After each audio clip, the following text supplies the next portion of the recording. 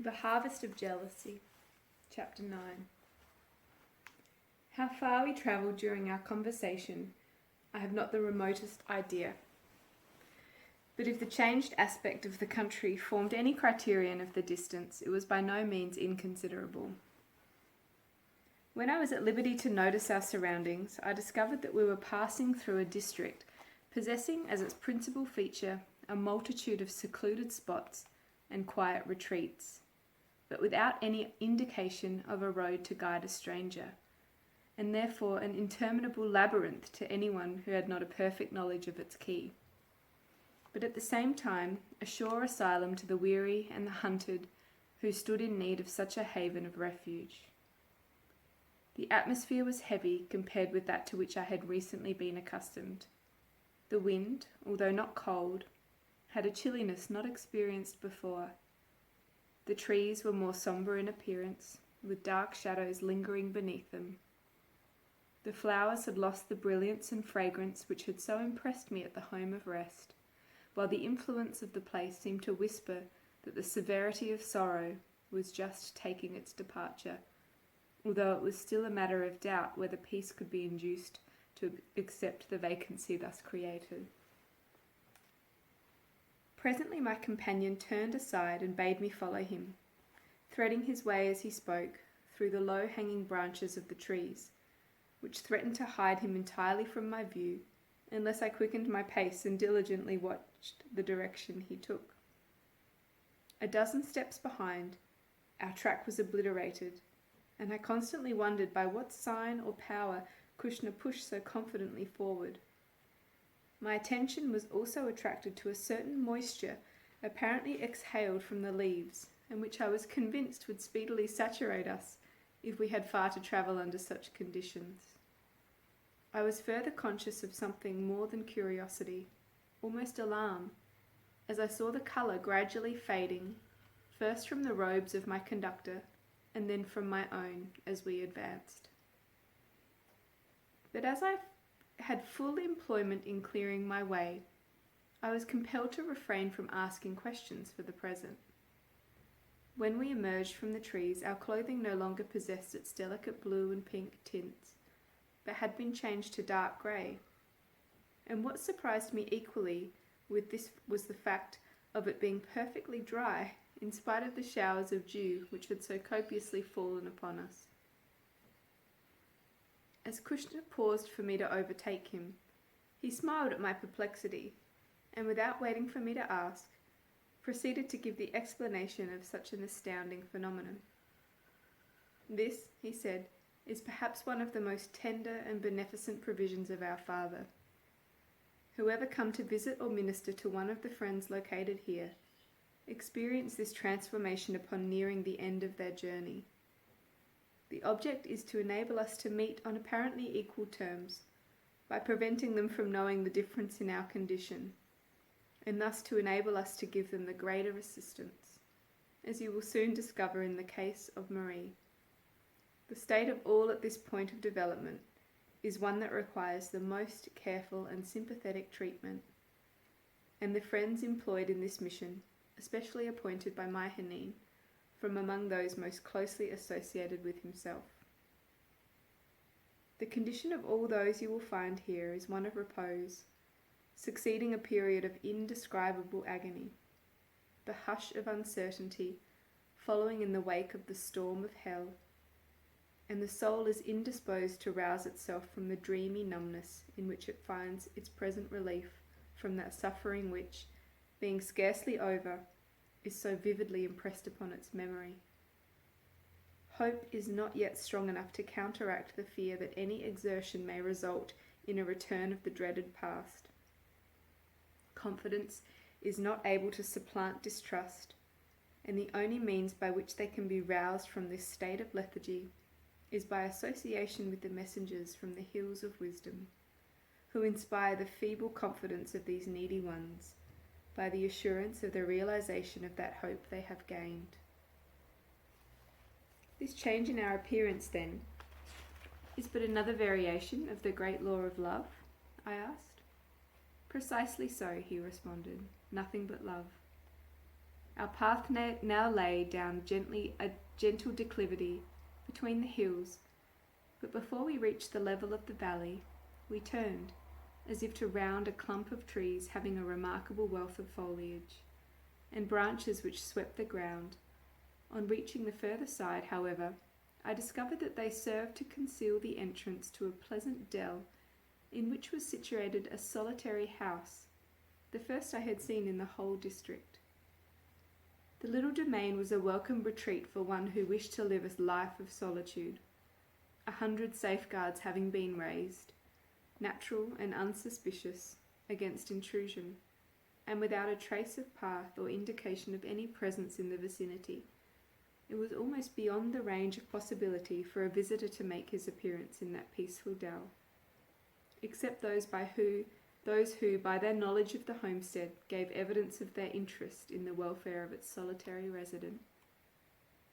The garden, grounds, and general arrangement offered every inducement for the exercise and development of the mind, with abundant scope to wean the heart from sorrow, in congenial and ever-varying employment. The house was not a large building. Such a one would have been out of character in these surroundings, but it was exceedingly cheerful and picturesque, a mountain home, engaged for the purpose of repose and restoration, with everything provided to make one forget the past and care nothing for the future, but yet by no means a permanent habitation, being devoid of that society for which the healthy mind seeks and chafes to find inaccessible. As we emerged from the narrow pass by which we entered, 2 ladies were walking leisurely across the grounds away from us, with arms affectionately entwined around each other.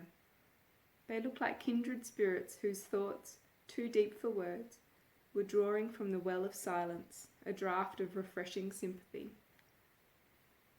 Their preoccupation gave me an opportunity of observing them before they were made aware of our presence. From the moment I beheld them, I was confident that the shorter of the two was present in the capacity of minister, or should I not use the more familiar appellation, angel, following the example of the great teacher in laying aside her rightful state that she might by her sacrifice be the more powerfully competent to help her unfortunate sister. The taller of the two bore very conspicuously the evidence of weakness and weariness, and was only too glad to avail herself of the strength of her companion, so unassumingly placed at her disposal. "Azina has been here almost constantly since Marie came," said Kushna, as we stood watching them. I made no reply. I would rather he had not spoken, a wish my friend was quick to appreciate, and I was left undisturbed to witness a practical lesson in nursing and sympathy, which awed me with its angelic tenderness and unrestrained devotion. Such a vision of salvation needed no interpreter. My heart stood still in its sacred presence, while it made me conscious of a closer touch with God than I had ever felt before. My soul trembled with the holy tension put upon it. My feet paused in a direct refusal to cross the threshold of the temple, while the fragrant incense of such a worship was ascending. And but for Kushna's interference, I should probably have yielded to my strong desire to leave that hallowed spot. But standing thus, I solved a problem in spiritual mathematics, as I saw the antithesis of life, heaven and hell, curved by the power of love, until they touched, overlapped, and blended to form the circle of divinity. In that illustration, I grasped the stupendous assurance that it will be impossible for any single soul ultimately to resist that gravitation which operates in the higher life for the purpose of lifting up the fallen or rescuing the lost. And the words of Jesus, "Until he find them," came to me at that moment with a force and meaning I had never seen before. There were no outward signs to indicate the extremes which were linked together by the encircling arms of those 2 women. but the perceptions of my soul were quickened to discern that a legion of phantoms from each of the two conditions peopled that spot, and wrestled with terrible vigour for the victory. The winds paused as they passed by, to watch the issue of the conflict. The flowers trembled, alternately with hope and fear. The trees folded their arms with statuesque solidity, and even the grass bade its pulse stand still, lest in the absorption of nourishment, the movement of its expansion should give advantage to the enemy of life. Yet in this audible silence I did not fear or doubt the issue. Why, I cannot tell, except it was that Kushner endowed me with his confidence, by which I realized that truth and love alone have an inherent immortality. Death, pain, and hell are mortal, and having once been felled, they can never rise again. The omnipotence of right surrounded and enveloped us. Its mystic influence thrilled me with its power, bidding me stand still, as the prophet of Sinai once commanded the Israelites to stand in such a presence, and see the salvation of our God. Still unconscious of our approach, their communion continued its unbroken flow, until they reached a point in the grounds where some distant object was brought within their view, the sight of which roused Marie from her reverie, prompting a degree of animation and interest which contrasted forcibly with her previous tranquillity. I was not unpleasantly affected at the change, since it broke the protracted spell which had enthralled me, and I was again anxious to be brought in closer contact and learn the story of her in whom my conductor manifested such a deep interest. I was curious, however, to know what had wrought such a change in her manner, and asked him for the explanation. From that point they obtained a magnificent view of the country, he replied, extending to the region of the hall from which we have come. This brings back to Marie a somewhat indefinite recollection of a home in which she slept her first exhaustion away, after she was induced to leave the place of her torment. The memory of that brief period, between the time when she awoke and her coming here, Azina uses to inspire her hope and desire to get away and remingle in those scenes. And for that purpose they will remain as long as possible where they are. We, however, may be of equal assistance in another way, and so I think it is well to make them aware of our presence now. With this lie projected a small but brilliant flash which immediately arrested their attention. Marie's face positively beamed with pleasure as she recognized who was calling her, and, relinquishing her embrace with Azina, she ran towards us and greeted Kushner with all the affection of a daughter. My presence was forgotten in those moments of reunion, not being at all necessary to their unhappiness, and since there is no formality of introduction demanded in this life, I joined Azina and left Kushner to make all necessary explanations, then call for me when he desired my company. I was surprised to find how free and unrestrained our intercourse was from the moment we met. Turning from our friends, we walked by mutual consent towards the point at which they were standing when Kushner called them. As we did so, I asked, "Does this place seem dull and gloomy to you in comparison with your own home?" "Dull," she exclaimed, her face suffused with the brightness of her smile. No, anything but that. Heaven consists in condition more than locality, and to have a share in driving the clouds from poor Maria's life is quite sufficient to turn any place into a heaven.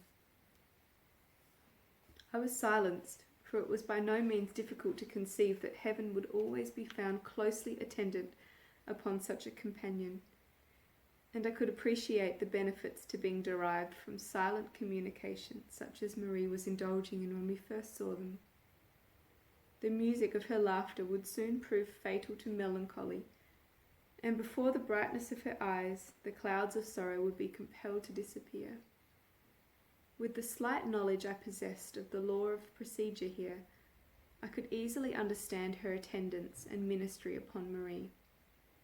It was another example of the unvarying and perfect fitness of every detail of this life to its requirement and necessity.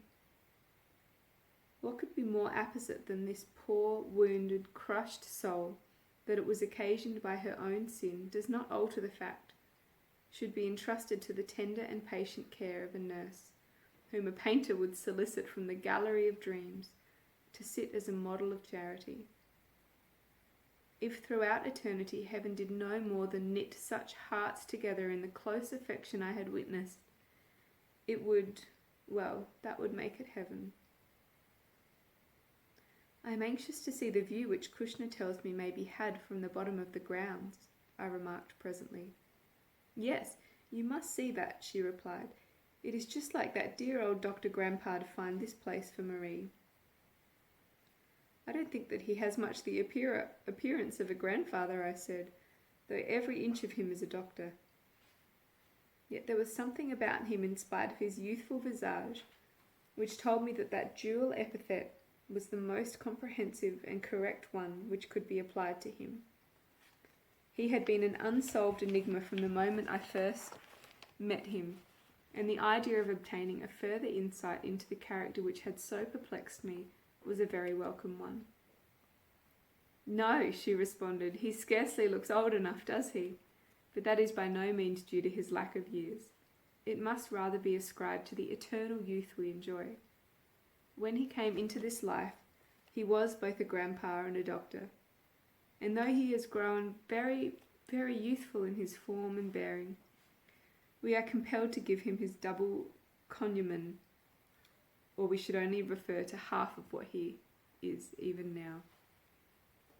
Has he been here long? Yes, he lived in the early days of Egypt. I think it was prior to the building of the pyramids. And does he remember his earth life? I do not think he has forgotten a single incident either in his earth or present life, if he will give himself a moment to recall it.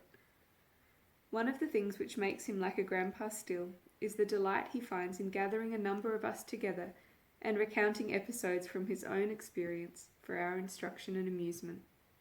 He is, I think, the most unselfish man I have ever met, having no thought for himself, but only existing to augment the happiness of everyone with whom he comes in contact. Always planning new pleasures and surprises. When he introduces them, he does it in a kind of apologetic tone, as though he has committed some offence and was about to ask for pardon. And when he sees the additional happiness invariably resulting from his labours, he himself is quite happy, first in sympathy with those whom he has made so glad, and then again that he has been the means of such enjoyment. Why now, let me tell you how it is that Marie is here. He met her first on the other side of the Miss. Has he told you? Yes, he told me how and where he met her. But he has not told you how long and how difficult his work before he could induce her to listen to him, of the conflict he has had with malign spirits who delighted in her torture and tried to frustrate all his endeavours. You know nothing of his many failures to make her come away from such horrible surroundings, if only for a space, to prove that no one but herself stood in the way of her peace, since the legitimate penalty of her sin has been paid.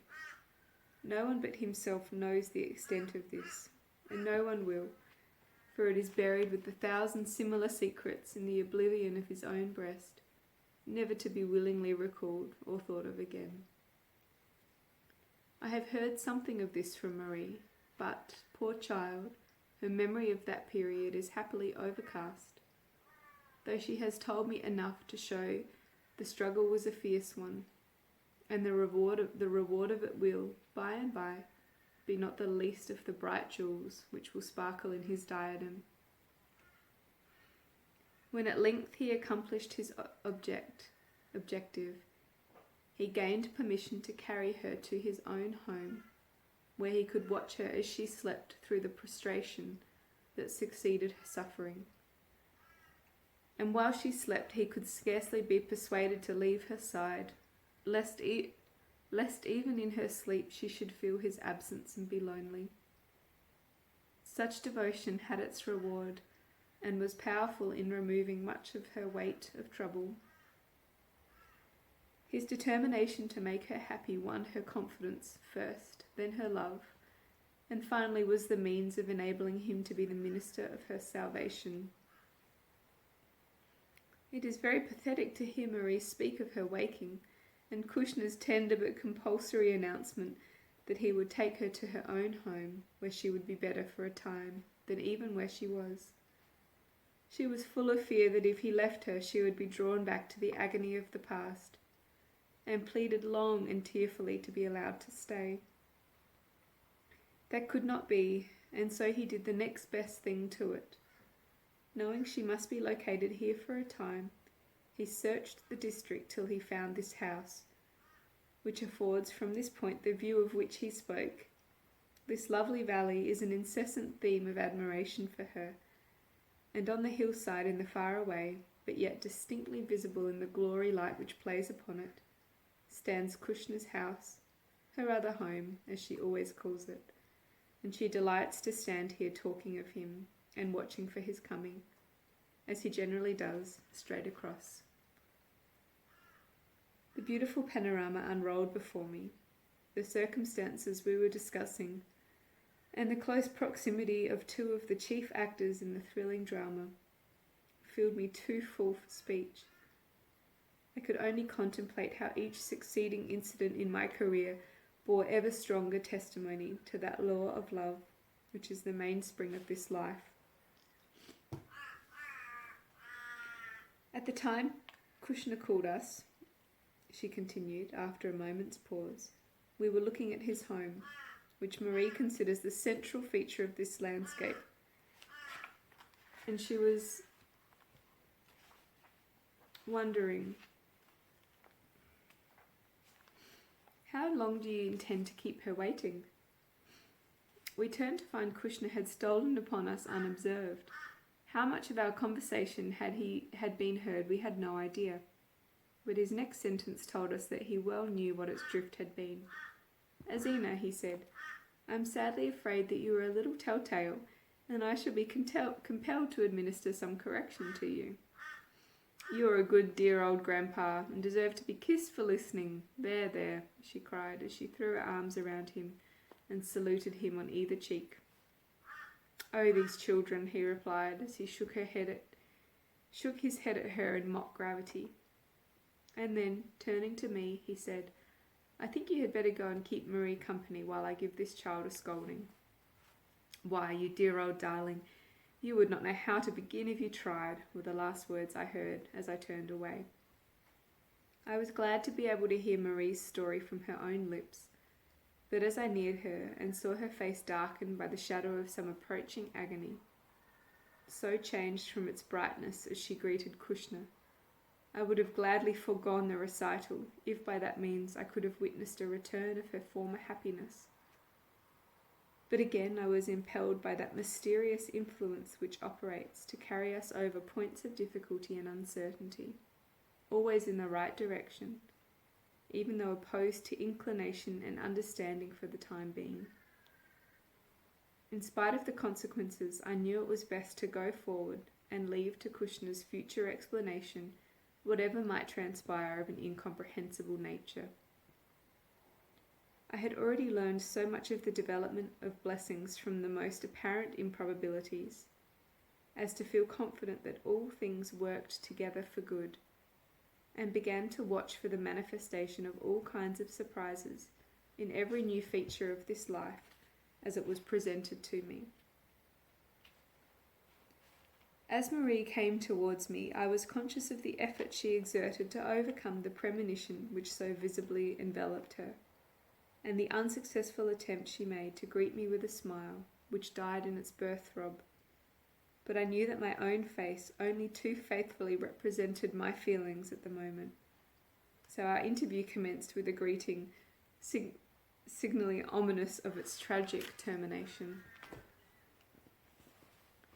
Kushner had made all the necessary explanations as to the object of my visit, and so, with very few preliminaries, Marie proceeded to give me her experiences as follows. I am an American, the only child of a southern millionaire, idolized by my parents, and pampered, proud and willful from my infancy. When I wished for anything, I only had to speak and it was mine. My education, both by practice and by precept, taught me that money was almighty. And as its supply to us was practically unlimited, I grew up with the idea that I was to be obeyed, and no wish I cherished or expressed could ever be thwarted. Of course, this tended to make me very exacting, even overbearing, but I was by no means cruel or wicked as the world would judge. Having the money, I had a right to all the pleasure it would bring, and if my enjoyment was unfortunately the cause of pain to another, I was not to be blamed for that. It was their misfortune, and they had no right to expect me to forgo my desire out of consideration to their feelings. Such was my philosophy, and I acted upon it. We were church people, my father always liberally contributing to the various agencies promoted therefrom, punctilious in our attendance at the services, my name being duly enrolled as a member upon reaching the appointed age. Whenever I felt inclined or desired an excuse for breaking an irksome engagement, I would take a class in the Sunday school, or find it necessary to pay a charitable visit. It was not often, I allow, but as I looked upon it as an act of condescension upon my part to do such work at all, it was not to be expected that I should be anything like regular in my attention to those duties. There was never but one girl I could really call my friend. That was Sadie Norton. Our social position was fairly equal, but I, being a trifle the older of the two, could rightfully assume the premier place. Then Sadie was not exactly the girl to command or lead, so I was in no way interfered with in my assumption of leadership, and for that reason our companionship became a very close one. A friendly rivalry existed between our parents, was to some extent reflected by us, but without lessening the sisterly feeling which had been engendered, and rather strengthened than otherwise with years. We were always together, and no festival, sociable, at home or surprise party was considered complete unless we were present. Upon every scheme put forward at the church we were consulted. Every philanthropic object sought our patronage, and before we were out of our teens, every eligible fellow in the town and country was angling to catch us. This latter fact opened an avenue for a great increase of our fun. Not that we thought of marrying, for a moment, but we very seriously interfered with many others who did, and for a year or two were perfectly enraptured at the number of matches we were enabled to break off. Presently a fine young fellow came along, bringing very satisfactory credentials to my father and others, and all the girls in the town set their caps at him. Sadie and myself determined to go for him as well, and by playing him, alternately, keep him from anyone else, as well as give him a teasing. But he took matters in a most awfully serious light, and before a month had passed made me a formal proposal. I must confess that I too felt very serious about the matter, and would have accepted him if that would not have ended the romance we had determined to enjoy. So I laughed at him, and when he enlisted my mother's aid, I stood on my dignity and very cavalierly told him I was not of the marrying kind. He went away looking very crestfallen, but I laughed. My experience of men had not been a long one, but I knew his cloud would only last till sunrise. Every man enters upon the April season of his life when he falls in love, and the way he is treated and trained by the woman he woos at such a time has much to do with the formation of his permanent character. So I thought, and therefore determined to give him such a schooling as would bring him out the hero into whose keeping I would entrust myself, so far as I deemed prudent. I made a mistake. The morrow came, but brought no Charlie. I was piqued. He was trying for the mastery, but he would find his match. A week passed, and I did not see him. Neither did Sadie, for I had prepared her in case she should try the effect of flirtation. A month went by without a sign of him. Circumstances had also prevented me seeing much of my friend. Then we met. It was at Sadie's birthday party. And the first thing she told me was that Charlie had proposed. My face lighted with the anticipation of the fun we should have presently. She continued that she had accepted him. The blood rushed back to my heart. I stood speechless as a statue. In a moment, my blood boiled and dashed through my veins in cataracts of maddened fury. Jealousy and disappointed love devoured me. My brain reeled under the strain. I fell and remembered no more. The day they were married, I was swinging in the balances of life and death from brain fever. All through my delirium, their names were seldom off my tongue, pleading, entreating, or cursing them as the frenzy impelled me. But after my reason returned, I had strength of mind never to mention them again.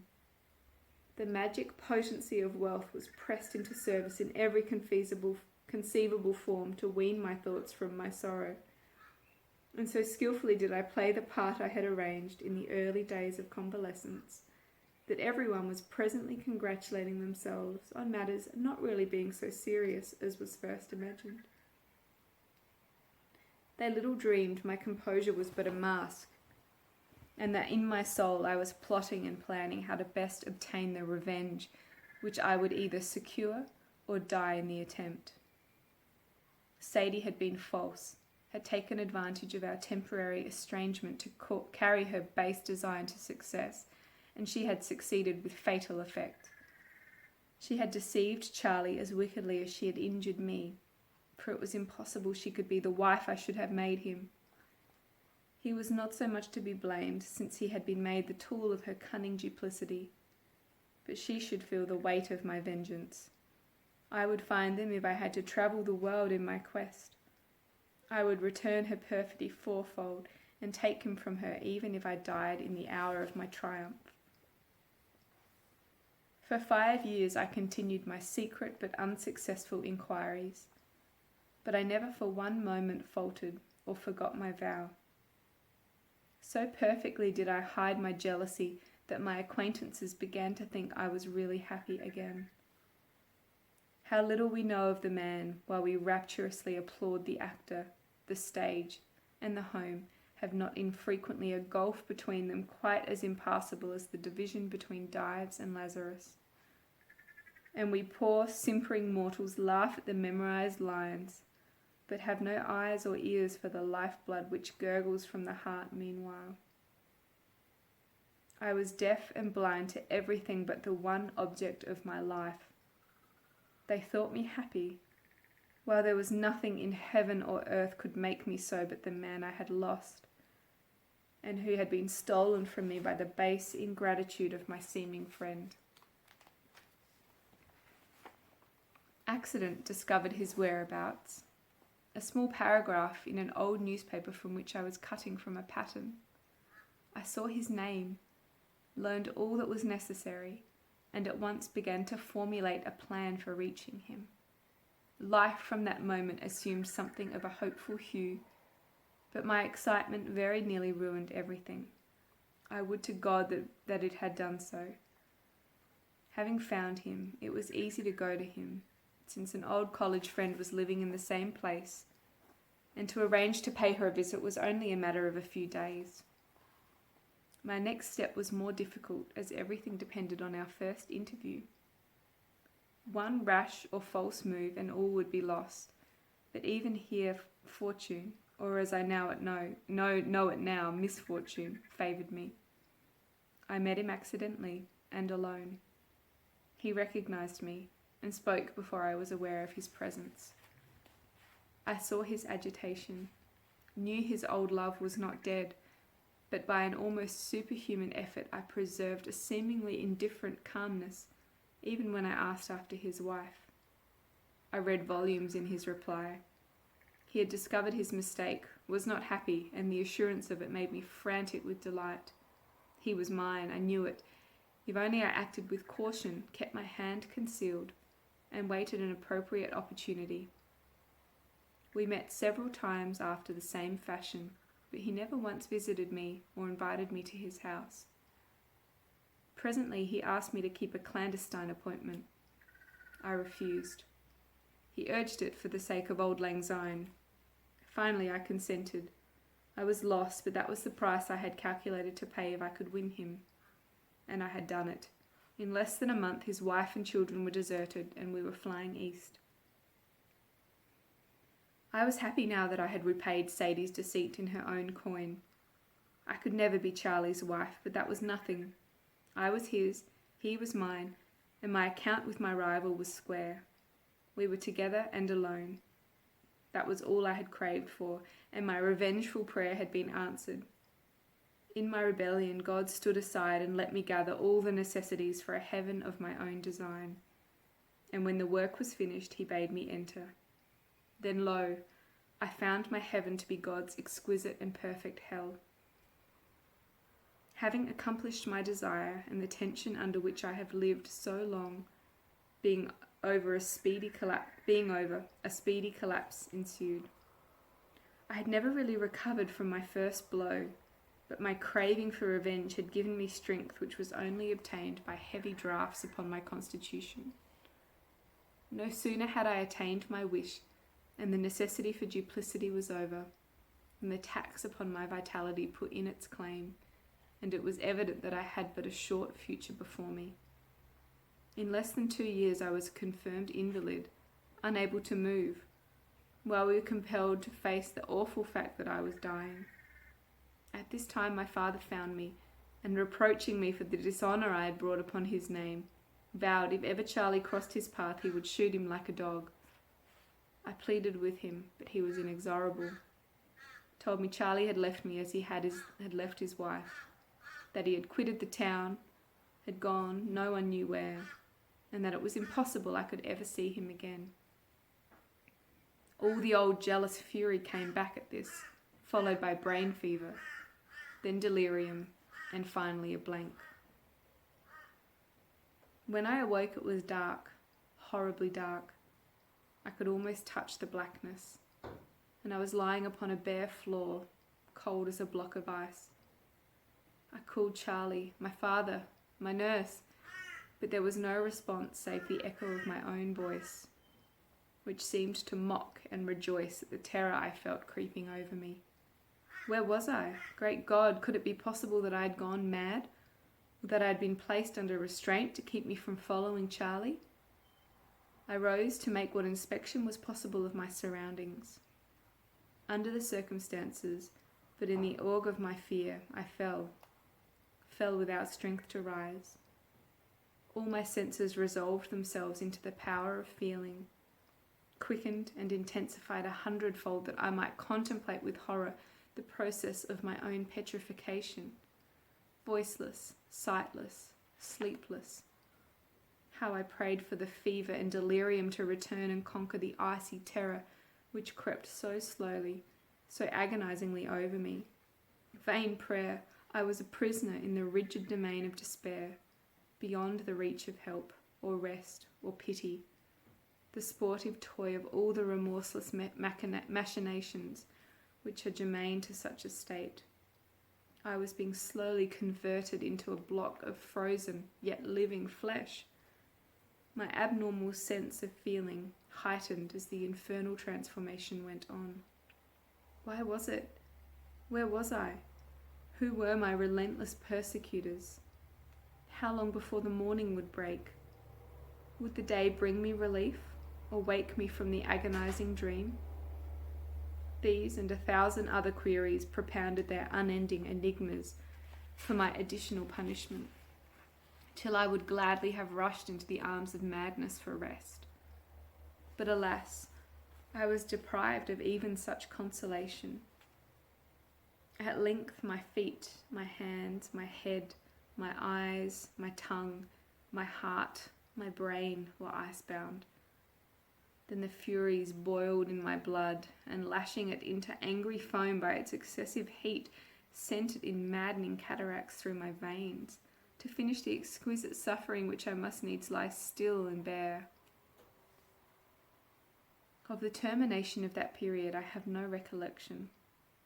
Whether I suffered until pain wearied itself out in the intoxication of its own excesses, or whether the intensity of my torture became an anaesthetic and lulled me into the sleep of agony, remains a mystery.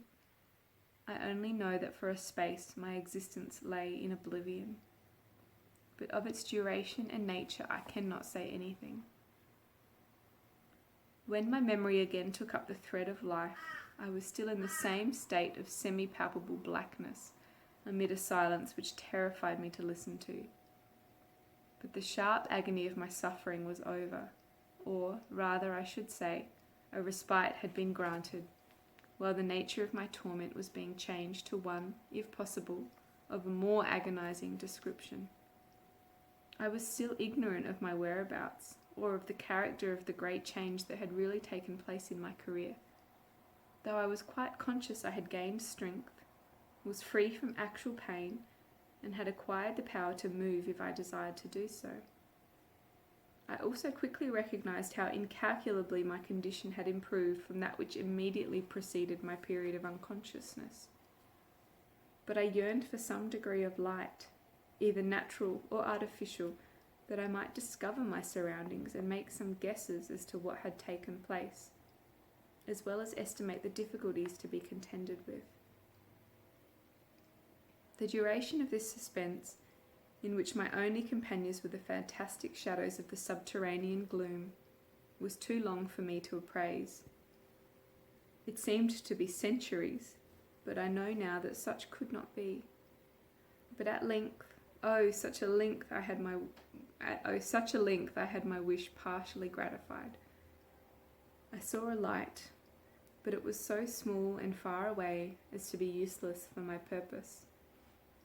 No sooner did I observe it than I was conscious of an involuntary movement, as if I was being irresistibly drawn in that direction.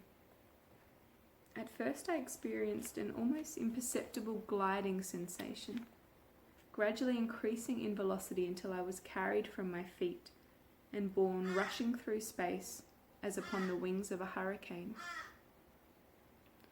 On and on, league after league, with an ever-increasing momentum, towards that magnetic beacon, which, expanding as I travelled, yet appeared to be as far away as ever. Oh, the fear and suspense with which that aerial voyage filled me! It was not the pain of my previous punishment, but the dread of the consequences which might result, and I was powerless to avert, was almost as terrible in its effects. Suddenly the power by which I had been attracted or impelled seemed to be exhausted, and I fell, scared but unhurt, upon the threshold of that light, to find it radiated around the only person for whose presence I sighed and wept and groaned. It was Charlie. I had found him, was with him again. Something told me that the force by which I had been carried hither, reluctantly in my ignorance, was by some means connected with his intense desire to see me, and in my newfound happiness at our reunion, I wept and reproached myself for the hard thoughts I had so willingly entertained against the unknown benefactor who had come to my relief, released me from my prison house, and so brought us together in spite of my father's strategy and opposition. Then another something dashed my hopes by suggesting that what I saw was only a hallucination, the cruel vagaries of a dream, and that I should presently wake to find my father as inexorable as ever, and Charlie gone I knew not whither. The thought that such a development might be realized was an unbearable one. The shadow of such a suspicion could not be allowed to rest upon me for a moment. I would take measures to resolve the doubt at once. I passed into the circle of light which enveloped him. How much he had changed since we parted. His jet-black hair was profusely lined with silver. The once calm face was furrowed. The brightness of his eyes was dimmed, and his stalwart form was bowed. At the moment he was thinking of me, and I was conscious of his having passed through an ordeal almost as fierce as that I had been compelled to bear. As I reached his side, he murmured my name, while his hand moved as if to make an attempt to take my own. But lost in the depth of his reverie, perhaps unsuspecting that I was so near, he did not raise his eyes to meet my hungry gaze, which was feasting upon the sight of his presence. Oh, how happy I felt! His tone and manner revealed to me he loved me as much as ever, and made me fearful to put my project into execution, lest the result should prove unpropitious. He had not returned to Sadie, but driven from my side had found this retreat where it was by no means troubled me or excited my curiosity, where he had perfected a plan for my deliverance, and was he not lost in abstraction as he nervously awaited the result, so lost that he little knew what success had been accomplished. I lifted my head and saw that the faraway look had not faded from his eyes, in which I noticed a strangely suspicious light was beaming. I started to my feet in horror and shook him, in my fear that the joy of our reunion had proved too much, and that his reason had deserted him. He only shivered as if the room had grown chilly. Then I questioned my own sanity. Could it be possible my mysterious journey had been the delirium of a mad woman's raving? "Oh God," I cried, "reveal this mystery or it will kill me. Charlie, Charlie, don't you know me? Speak but one word and tell me so. I have been ill, but I have never swerved in my love for you. Wrong. Oh, my love, forgive me, and let me nurse you back again to health. We will be happy yet. Come, let us go away. Say you know me, and I will be content. Charlie, just one word, dear. Say you know me." At this he roused himself abruptly, picked up a book, and began to read without so much as a word, a look, or a sign that he recognized my presence. I recoiled in amazement, dumbfounded. He was not mad, but how could I account for this warrantable treatment? Why would he not speak? Surely, if my presence was unwelcome, he would tell me so. If he feared the discovery, he would take means to conceal me. If I was still the same to him as before, he would clasp me in his arms and greet me. Anyhow, I could not account for my reception, except upon the basis of that cruel suggestion that I was only the victim of a dream. God knows my suffering was real. Whether anything else would prove so should be presently determined. For I would watch and wait. By and by I reproached him for his conduct, to try if that could win a response. But he only smiled, and wearily laying his book aside, turned to someone whom I could not see and said, "Will you tell your mamma that I wish to speak to her?" What did he mean? What was any other woman to him when I was present?